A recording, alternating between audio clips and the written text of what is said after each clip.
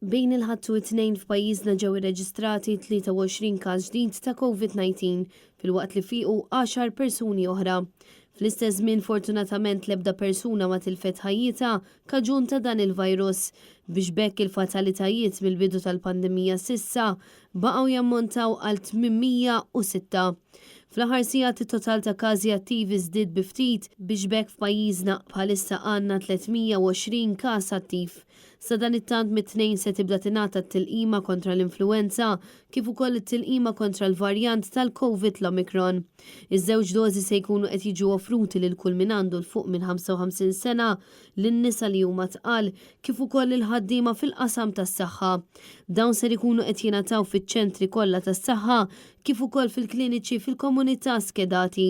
It-tilqim jistgħu jingħataw flimkien f'idejn separati. Apparti dan l-adulti u t-tfal ta' 12 sena jew aktar li għandhom fost l-oħrajn kundizzjonijiet kroniċi respiratorji tal-qalb, tal-fwiet u diabete se jkunu jistgħu jitlaqmu kontra l-influenza u l-varjant Omicron.